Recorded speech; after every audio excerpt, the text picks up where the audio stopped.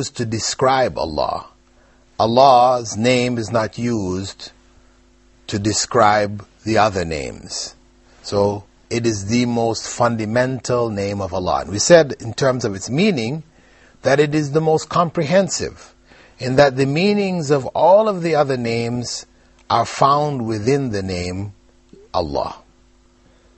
Whereas each and every other name has particular aspects of Allah's attributes that they focus on.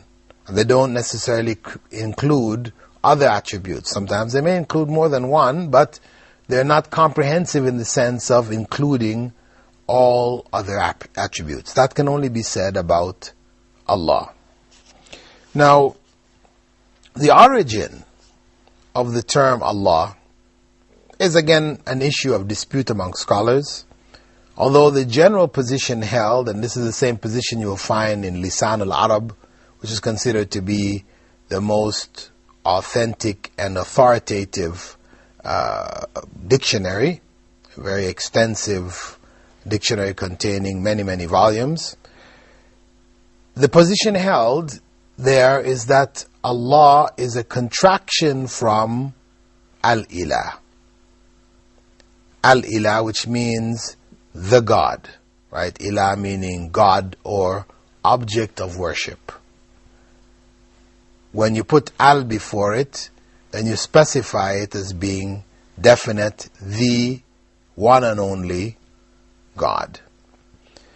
Now, in terms of its application, relative to us as human beings, of course, this name, we call on Allah with this name.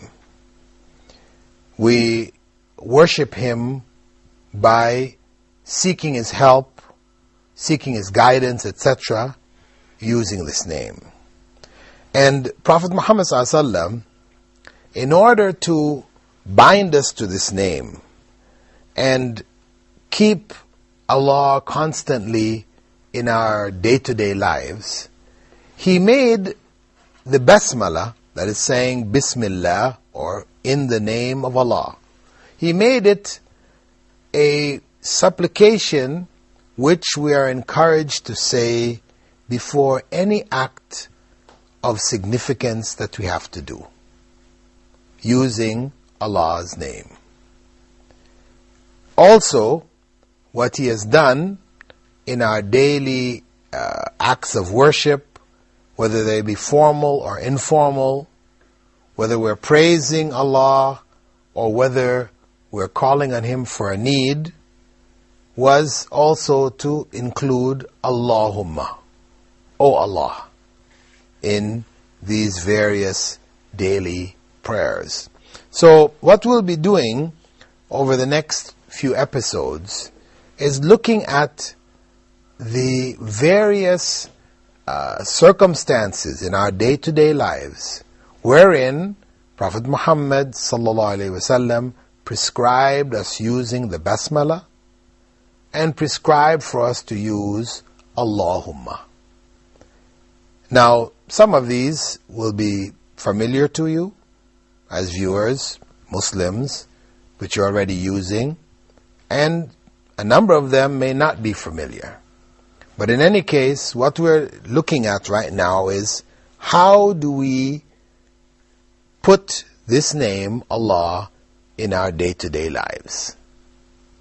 Of course, the goal behind it is to be more and more conscious of Allah in this name. It becomes a form of remembrance of Allah, which is the appropriate form that we spoke about before, not the inappropriate form where we take the name Allah and we repeat it, like a person who has lost his mind, is just babbling, Allah, Allah, Allah, Allah, Allah. No. We said already, this is not the way. It is a deviant and misguided way. It was not done by Prophet Muhammad, may God's peace and blessing be upon him, nor by his companions. And surely, if they didn't do it, then it must not be the way. Because if we are to claim that this is a valid way of remembering Allah, And Prophet Muhammad ﷺ didn't do it. What in fact are we saying? But that we have found something that he didn't have. Or that he knew it and he hid it from his followers. Whereas Aisha reported that he left us on a clear plain. تَرَكْتُكُمْ عَلَى مَحَجَّةٍ بَيْضَةٍ لَيْلُهَا كَنَهَارِهَا لَا يَزِيغُ عَنْهَا إِلَّا هَالِكٌ. That's what he told us. That I left you on a clear white plain, whose day is like its night. Anyone who deviates from that plain, from that clarity, destroys himself. So, as I said, we'll be looking at a few of the daily recommended basmalas, Allahummas, which the Prophet ﷺ recommended for us. The idea being to put these in our daily lives, to use them as frequently as we can. The first one that we'll be looking at is one which was related by Abu Bakr, the closest companion to Prophet Muhammad sallallahu alaihi wasallam, and the first caliph after him. He asked the Prophet sallallahu alaihi wasallam, what should he say in the morning and in the evening? He asked him to give him a supplication which he could use in the morning and in the evening. And the supplication which the Prophet ﷺ gave him was none other than a supplication beginning with Allahumma, O Allah. This is the best that the Prophet ﷺ had to give him. He told him to say, Allahumma alim al-ghaybi wa-shahada, fatir al-samawati wal-ard, rabba kulli shay'in wa malika, ashhadu an la ilaha illa ant, a'udhu bika min sharri nafsi wa min sharri shaitani wa shirki. O Allah, knower of the unseen and the visible, creator of the heavens and the earth, Lord and the owner of everything, I testify that there is none worthy of worship but you. I seek refuge in you from the evil of my soul and the evil of Satan and his idolatry. This was the dua which Prophet Muhammad ﷺ gave based on the special request of Abu Bakr. It begins with Allahumma alim al-ghaybi wa shahada. O Allah, knower of the unseen and the visible. So, this is a dua which we should try to learn and to put it in our daily lives. It's in the early morning, because the Prophet ﷺ said to say it when you get up in the morning, and in the evening. And he also recommended that it be said even before going to sleep at night. The next supplication is one which everybody knows, basically, that before we eat, we should say Bismillah.